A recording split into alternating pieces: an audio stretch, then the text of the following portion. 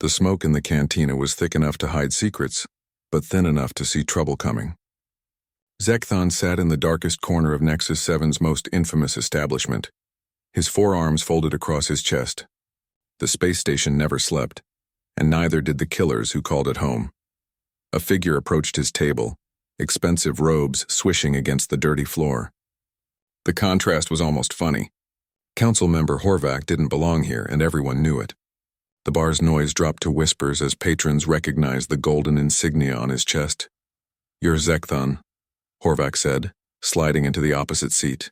"It wasn't a question." "Depends who's asking," Zekthon replied, his voice like grinding stone. His reputation meant nothing if he admitted his identity to the wrong person. Horvath pushed a datapad across the table. "Someone who can make you very rich." Zekthon's 6 eyes scanned the pad without touching it. The number displayed would buy a small moon. Maybe 2. He'd seen big payments before, but this was different. Nobody paid this much unless the target was impossible to reach. "Who?" Zekthon asked simply. "Human ambassador, Sarah Mitchell." Horvath leaned forward, his blue skin glistening with nervous sweat. "She's ruining everything." "The trade negotiations, the territory agreements, all of it. She needs to disappear." The cantina seemed to grow quieter. Several nearby patrons found urgent reasons to move to different tables. Zekthon remained perfectly still, a statue carved from gray stone and bad intentions. "No," he said. Horvath blinked, his mouth opening and closing like a fish pulled from water. "You haven't heard my offer. The payment could be the entire council treasury. Answer still no." Zekthon stood, his impressive height making Horvath shrink back. "Find someone else, but you're the best. You killed the entire Cronin royal family in one night. You eliminated General Thax when he was surrounded by 1,000 guards. Your success rate is perfect." "Was perfect," Zekthon corrected. "Would stop being perfect if I took your job. We don't target humans. That's ridiculous. They're just another species. They don't even have natural armor or venom or—" Zekthon laughed. It was not a pleasant sound. Several glasses on nearby tables cracked from the vibration. "Just another species? You really don't know, do you?" "Know what?" The assassin leaned down, bringing his face close to Horvath's. "Read the guild charter. Section 7, then you'll understand." "The guild charter? What does that have to do with everything?" Zekthon turned to leave, then paused. "Free advice, council member. Whatever problem you have with the human, find another solution, a peaceful one. Trust me on this." Horvath grabbed Zekthon's lower left arm. It was a mistake. The assassin moved so fast that most of the bar didn't see it happen. One moment Horvath was reaching out. The next he was pressed against the wall with Zekthon's blade at his throat. "Don't touch me," Zekthon whispered. "And don't ask me again. The answer will always be no." He released the council member, who collapsed to the floor gasping. The bartender, a 3-eyed Valen, was already pouring drinks for everyone like nothing had happened. This was Nexus 7. Violence was as common as breathing. Horvath struggled to his feet, his robes now dirty and torn. "There are others who will take the job. Independent contractors who don't follow your precious guild rules." "Then they're idiots," Zekthon said, walking away. "And soon they'll be dead idiots." The council member stormed out, leaving the datapad on the table. Nobody touched it.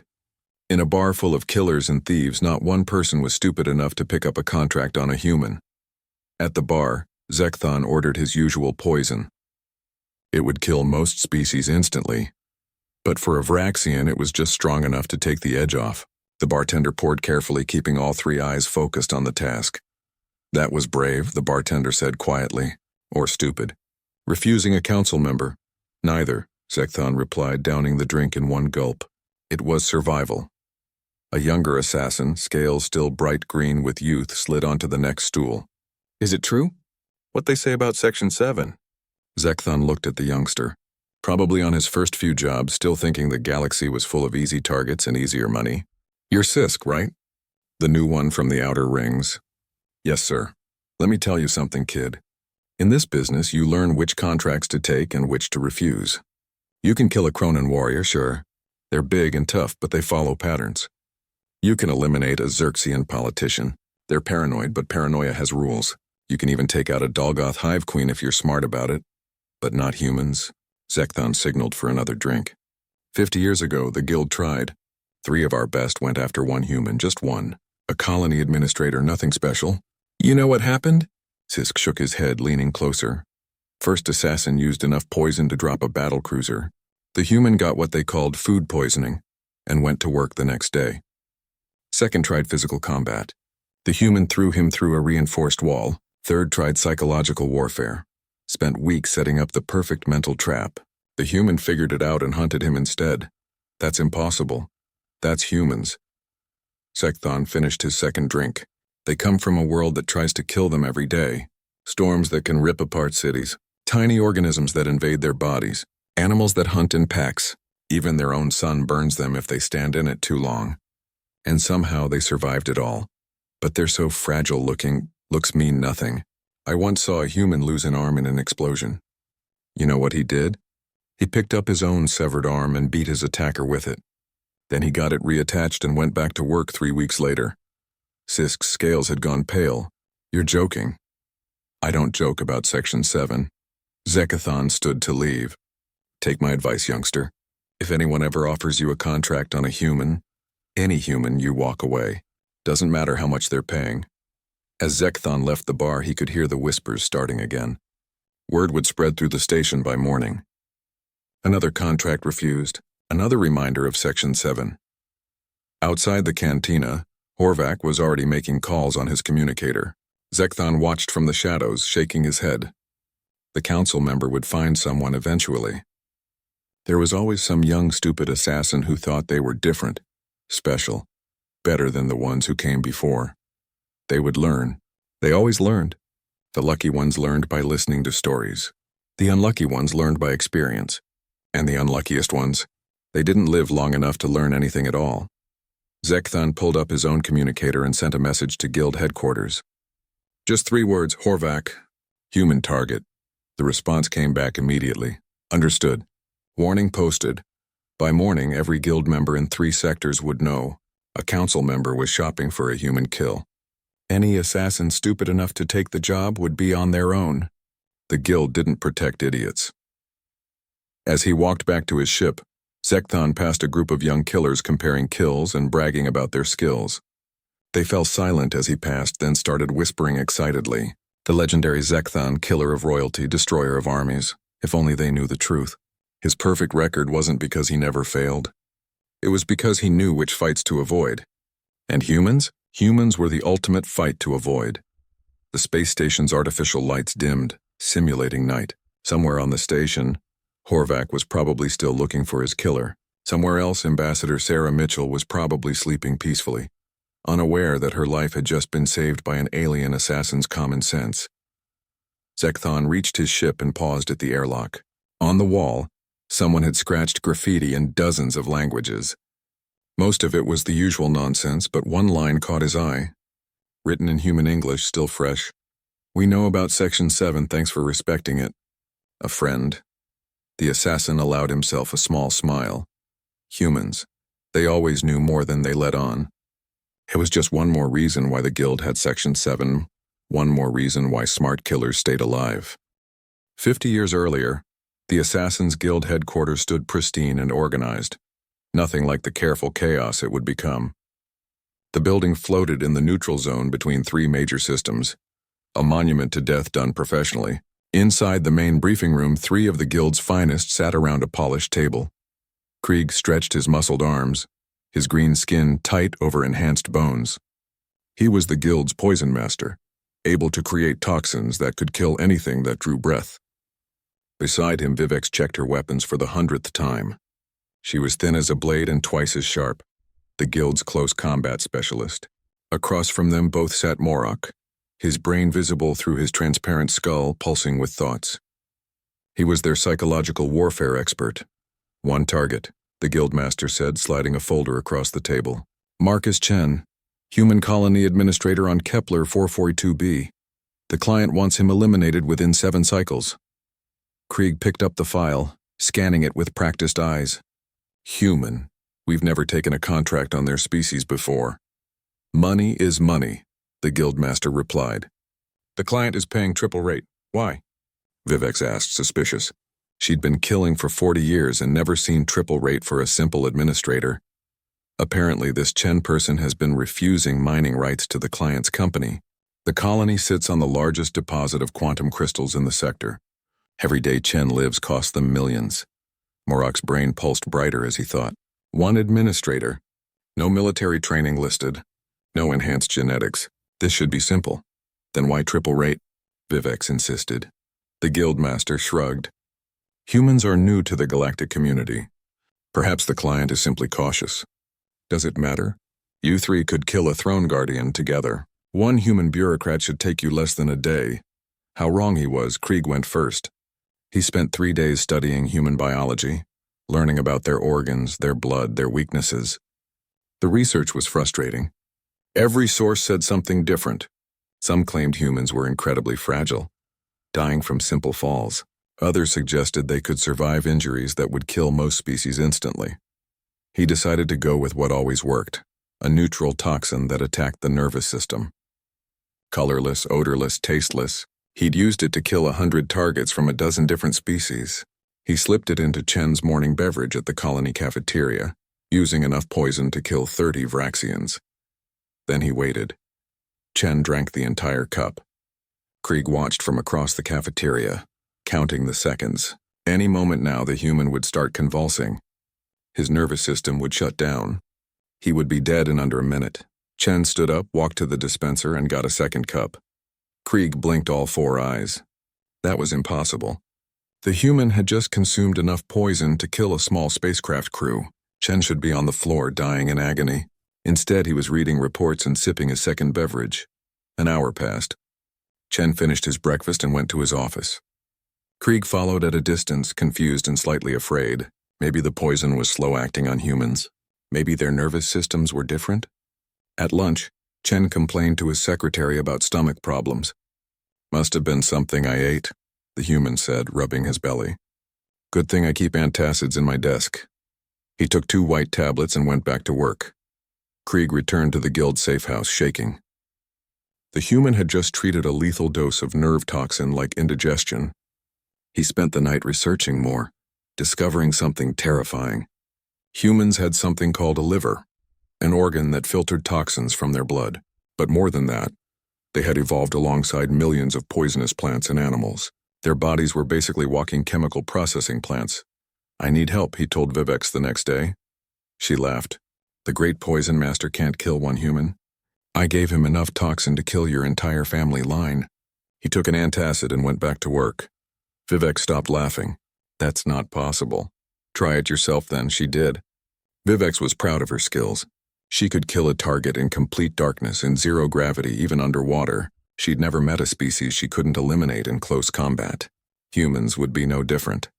She waited for Chen in his apartment, hidden in the shadows.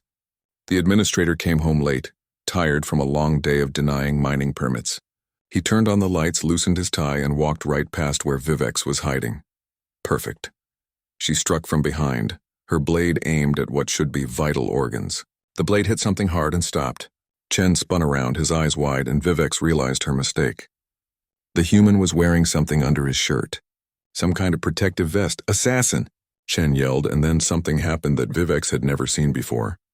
The human's eyes dilated, his muscles tensed. His breathing changed. She'd later learned this was called an adrenaline response, but at the moment, all she knew was that the tired administrator had suddenly become something else, something dangerous. Chen grabbed her arm, the one holding the blade. His grip was impossibly strong.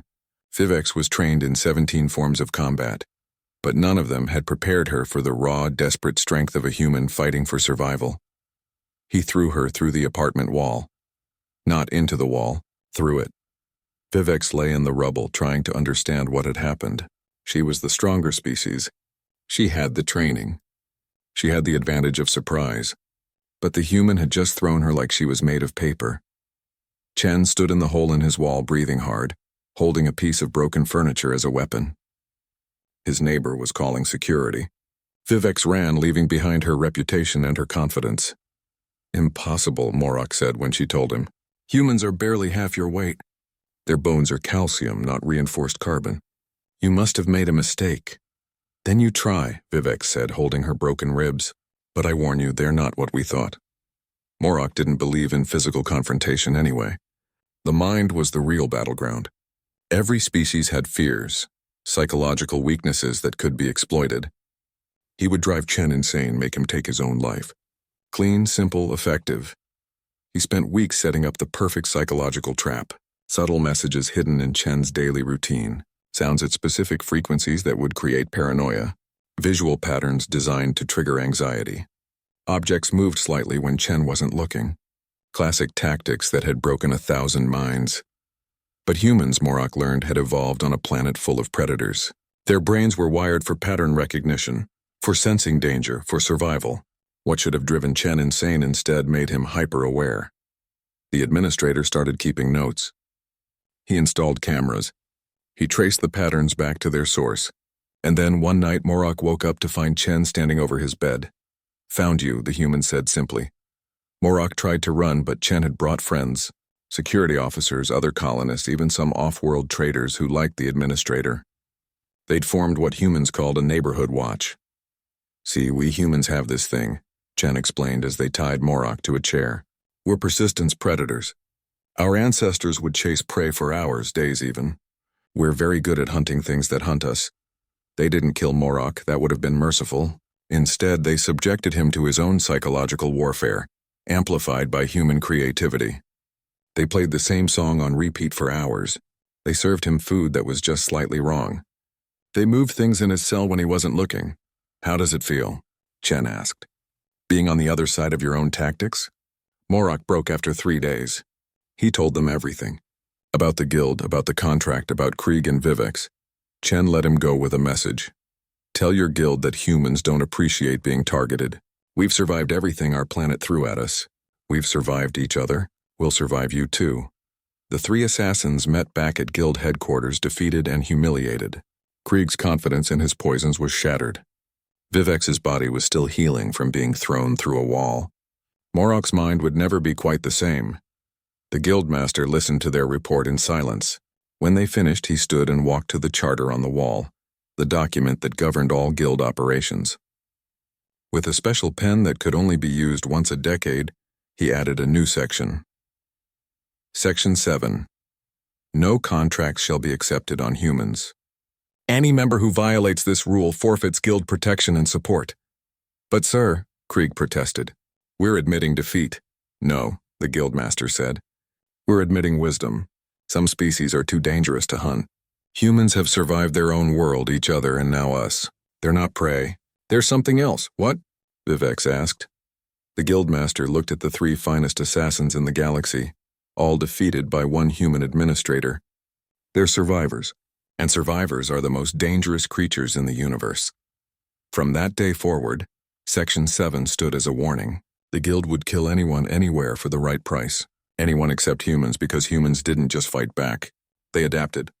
They persisted. They survived, and sometimes they hunted their hunters. This was everything the old guild members hated. Young, arrogant, and independent. She didn't follow rules because rules were for the weak. She didn't respect traditions because traditions were for the scared. And she definitely didn't believe in Section 7 because Section 7 was just an excuse for cowards. She sat in her private ship, studying the files Horvath had sent her. Ambassador Sarah Mitchell, 53 Earth years old, gray hair that she wore in something humans called a bun, soft face with wrinkles around her eyes. She looked like prey. The guild refused this? Vis said to herself, her tail swishing with amusement. The mighty Zekthan ran from this grandmother? The payment was extraordinary, enough to buy her own station, maybe even a small fleet, all for one aging human female who spent her days talking about trade agreements and diplomatic immunity. As was a Kellian, a species known for their hunting skills. Her people had natural camouflage, sharp claws, and reflexes that made them perfect predators. She'd been killing since she was old enough to hold a blade. This would be easy. Her first plan was simple. Sabotage Mitchell's transport ship during a routine diplomatic mission. Make it look like an accident. No one would suspect anything. And even if they did, Vice would be 3 systems away before anyone noticed. She spent a week learning Mitchell's schedule. The ambassador was predictable. Every 3rd day, she took a small transport to meet with various trade representatives. Always the same ship. Always the same route. Always the same pilot. Perfect. Vis snuck aboard the night before Mitchell's next trip. The security was laughable. Humans trusted too much, assumed the best in others. It would be their downfall. She made her way to the engine room and began her work. A few cut wires here. Some removed safety protocols there. When the ship reached the void between stations, the engines would fail. Life support would follow. Mitchell would be dead in minutes. The next day, Vice watched from a tracking station as Mitchell's ship departed on schedule. She counted down the time. Any second now, the engines would fail. The ship would drift. The distress signal would go out. But by the time help arrived, it would be too late. The engines failed right on schedule. Then something impossible happened. Instead of panicking, Mitchell immediately took control from the pilot. Vissis watched the tracking data in confusion as the ambassador began manual flight corrections. Without engines, without navigation computers, using only positioning thrusters and momentum. How? Viss whispered, watching the ship's trajectory. Mitchell was doing something humans call dead reckoning, using visual references and basic physics to navigate.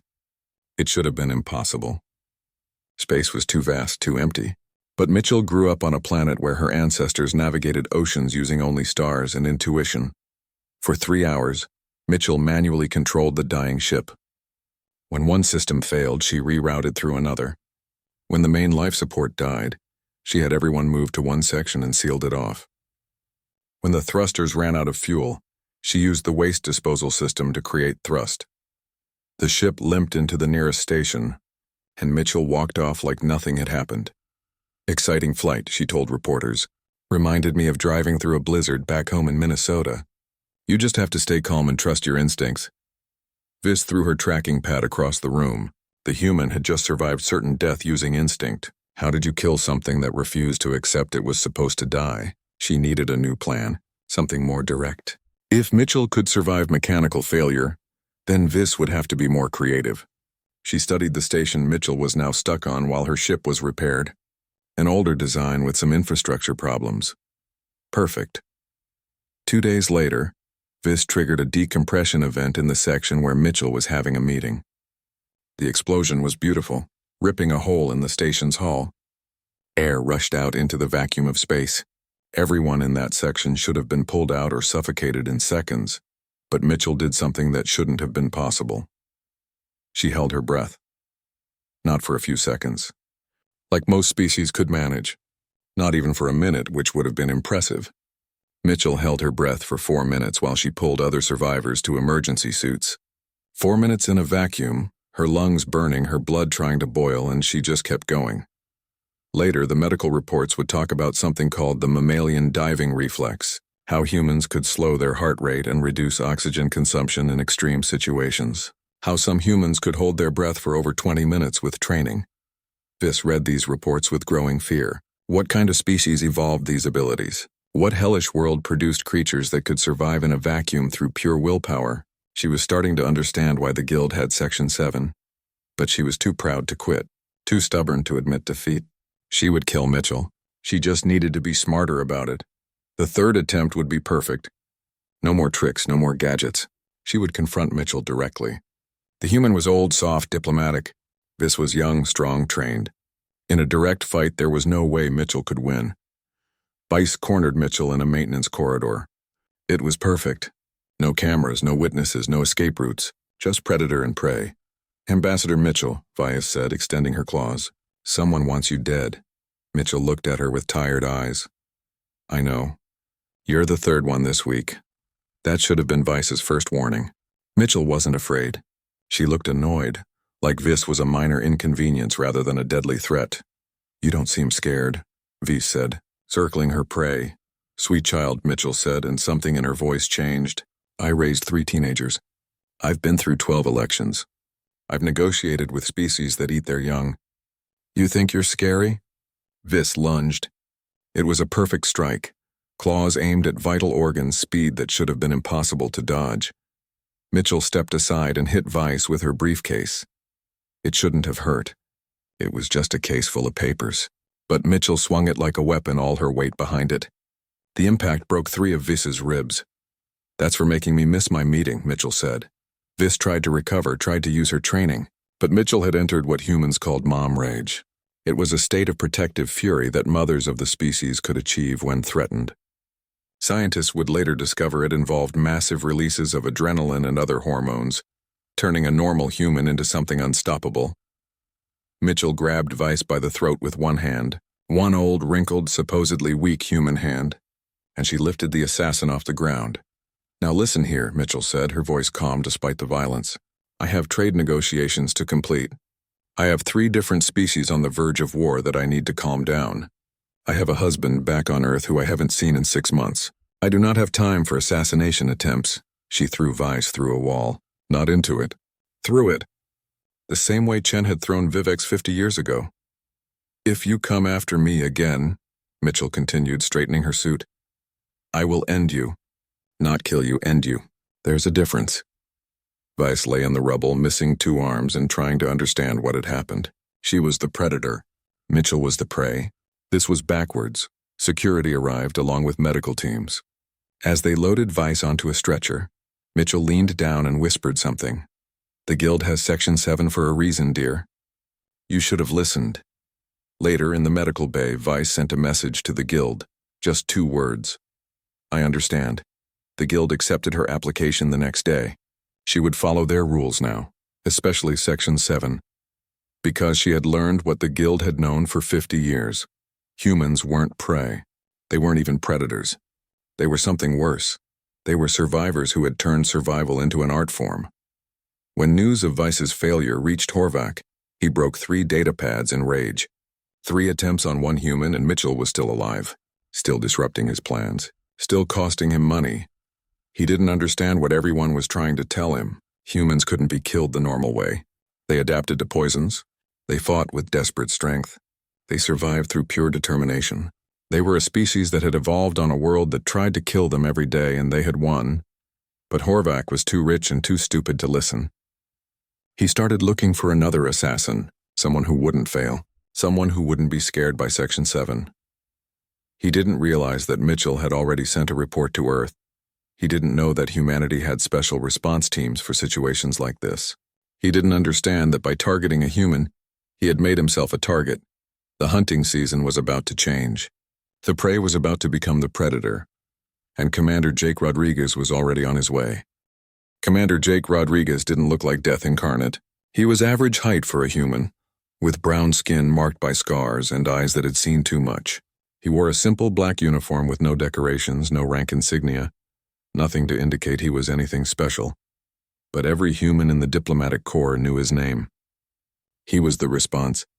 When aliens forgot that humans were dangerous when they targeted Earth's people, when they needed reminding why humanity had survived everything the universe threw at them, they sent Rodriguez. He read Mitchell's report while traveling through hyperspace. 3 attempts in 2 weeks. Someone really wanted the ambassador dead. Rodriguez smiled, but it wasn't a happy expression. It was the smile of a predator who had just found prey. "Commander," his pilot said, "we're approaching Nexus 7. Should I request official docking?" "No," Rodriguez replied. "Go in quiet. I want to observe before I act."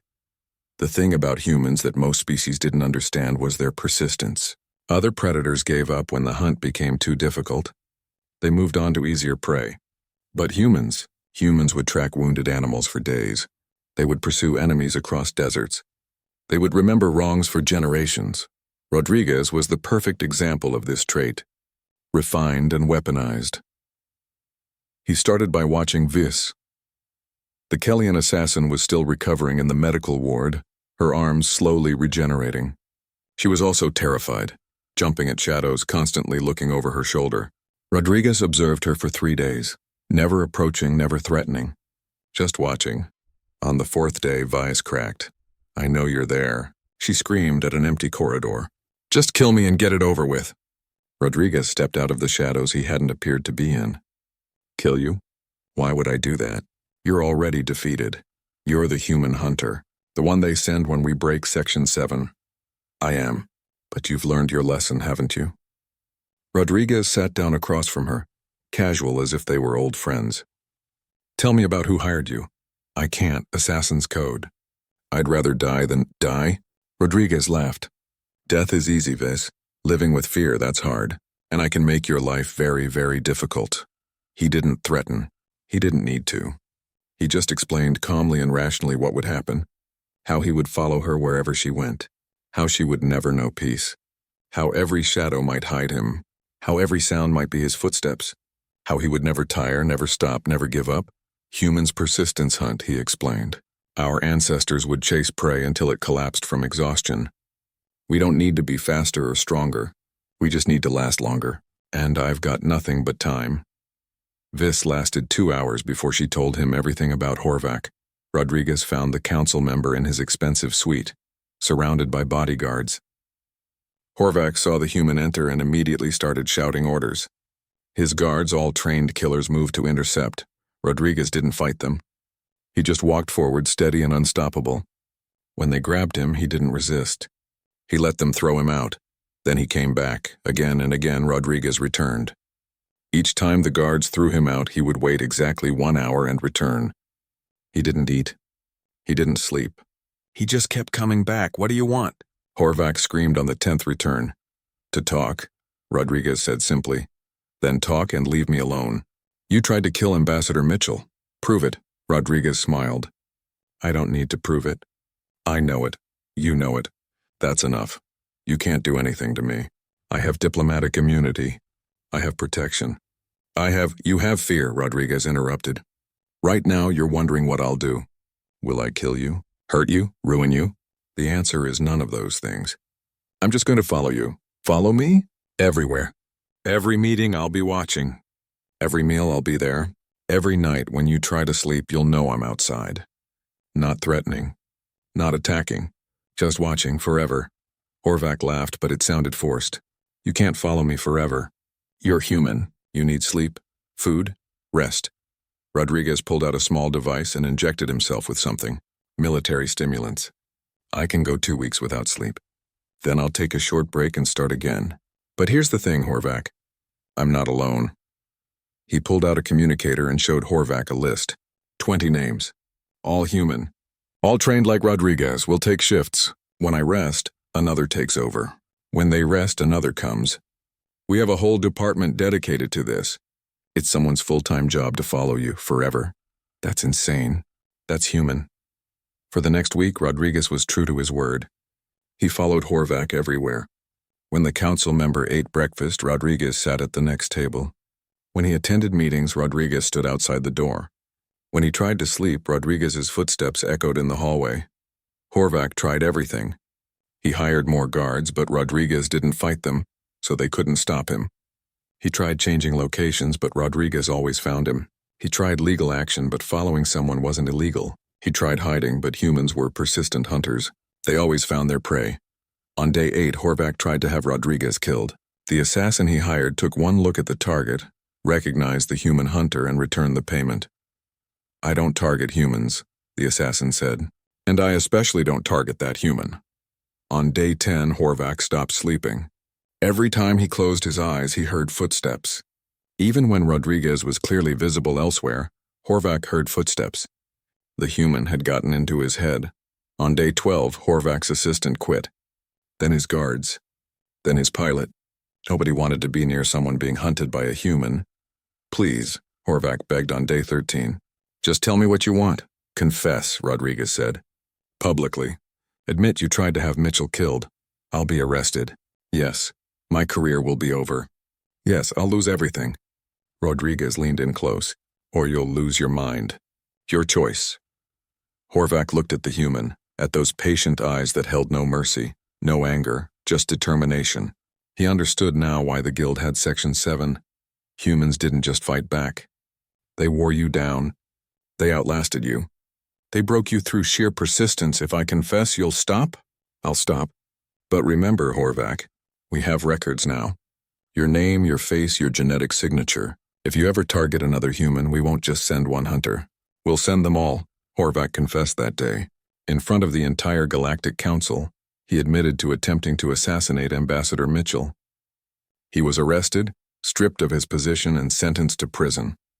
Rodriguez watched from the gallery, then quietly left. His job was done here, but there would be others. There always were. Some species never learned that humans were off limits until they experienced the consequences personally. Before leaving Nexus 7, Rodriguez stopped by the guild headquarters. Zekthon met him at the door, weapons sheathed but ready. "Human," Zekthon said. "Assassin," Rodriguez replied. They stood there for a moment, two killers recognizing each other. Then Zekthon stepped aside. "You want to address the guild?" "If you'll let me." Zekthon led him to the main hall where dozens of assassins had gathered. Word had spread that the human hunter was here. Some came to see the legend. Others came to see if he was really as dangerous as the story said. Rodriguez stood before them, calm and unafraid despite being surrounded by the galaxy's deadliest killers. "I'm here to thank you," he said, causing surprised murmurs. "For 50 years you've honored Section 7. You've respected that humans are off limits. We appreciate that."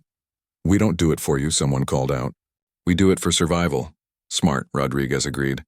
"But I want you to understand something. Humans don't want to be your enemies. We don't want to hunt you. We have better things to do. But if you come after us, if you break Section 7, we will respond." He pulled out a datapad and showed an image. It was Earth, blue and green and beautiful. This is our world. It has hurricanes that can destroy cities, earthquakes that reshape continents, diseases that kill millions, animals that hunt in packs, plants that are poisonous, water that can drown you, fire that can burn you, cold that can freeze you, heat that can cook you. The room was silent. We survived all of that. We conquered it. We made it our home. Do you really think anything you can do would be worse than what our own planet did to us? No one answered. Rodriguez put away the pad. "Keep honoring Section 7. It's better for everyone." As he left, Zekthon followed him to the door. "Your species is insane," the assassin said. Rodriguez smiled. "No, we're just very, very determined." "There's a difference." "Is there?" "Insanity is doing the same thing and expecting different results. Determination is doing the same thing until you get the results you want. We're very good at determination." Zekthon watched the human leave, then returned to the hall where the other assassins were still discussing what they'd heard. Later that day, he would update Section 7, adding a note. Humans employ persistence hunting. Avoid at all costs. Because now they all understood. Humans weren't just dangerous when attacked. They were dangerous because they never stopped. Never gave up. Never forgot. And in a universe full of predators, the most dangerous creature was the one that simply refused to be prey. The Galactic Council chamber had never been so quiet. 3,000 representatives from every known species sat in perfect silence as Ambassador Sarah Mitchell walked to the center platform. She looked tired but unbroken, her gray hair still in its neat bun, her suit still perfectly pressed despite everything she'd been through. Council President Thorne, a crystalline being from the outer reaches, pulsed with nervous energy. "Ambassador Mitchell, you have requested to address the full council regarding recent events." "I have," Mitchell said, her voice carrying across the vast chamber without amplification. Humans had learned long ago how to project their voices. "But first, I'd like to thank everyone for their concern during the recent unpleasantness." Several representatives shifted uncomfortably. They all knew about the assassination attempts. They all knew Horvath was now in prison. They all knew about Section 7. "I'm here to propose something," Mitchell continued. "The Mutual Existence Treaty." Murmurs rippled through the chamber. Treaties were common, but the name was unusual. "For those who don't know," Mitchell said, "Earth has a saying, 'Live and let live.' It means we don't interfere with you if you don't interfere with us. This treaty would formalize that concept on a galactic scale." The Xerxian representative stood, its multiple eyes focusing on Mitchell. "This is about the assassination attempts." "Partly," Mitchell admitted. "But it's bigger than that. It's about understanding between species, about recognizing that some of us are too dangerous to antagonize, and that's okay."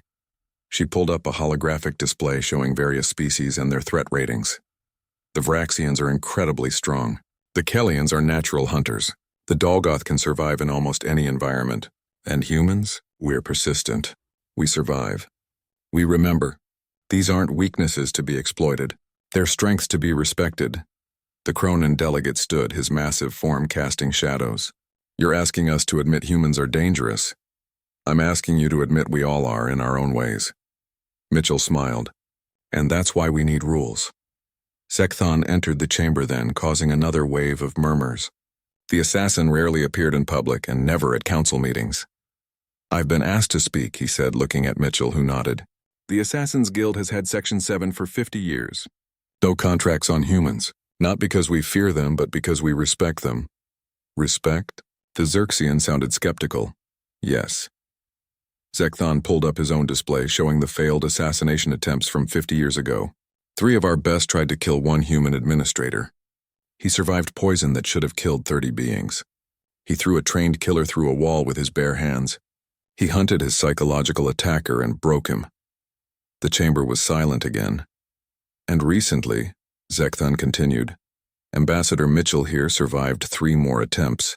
She manually piloted a sabotaged ship to safety using instinct. She survived 4 minutes in vacuum. She defeated a trained Kellian assassin with what humans call a briefcase. Some representatives laughed nervously. Others looked at Mitchell with new respect and fear. But that's not why we have Section 7, Zekthon said. We have it because humans don't just survive attacks. They respond. They send hunters like Commander Rodriguez who never stop, never tire, never give up. They turn the hunters into the hunted. Rodriguez was standing by the door, almost invisible until mentioned. Several representatives who hadn't noticed him jumped. The treaty, Mitchell said, bringing attention back to her, would extend this concept. Any species that targets another for extinction or assassination would lose protection. They would become fair game for retaliation. That's barbaric, someone called out. That's survival, Mitchell countered. My species evolved on a death world. Everything tried to kill us. Weather, animals, plants, diseases, even other humans. We learned that the best way to survive wasn't to be the strongest or the fastest. It was to make sure everyone knew that attacking us would cost more than it was worth. President Thorne pulsed thoughtfully. You're proposing mutually assured destruction on a personal level. I'm proposing mutually assured survival. If everyone knows that attacking certain species leads to devastating retaliation, no one attacks. Peace through understanding. The Dalgoth Hive Queen spoke through her translator. And if someone violates this treaty? Mitchell's expression hardened.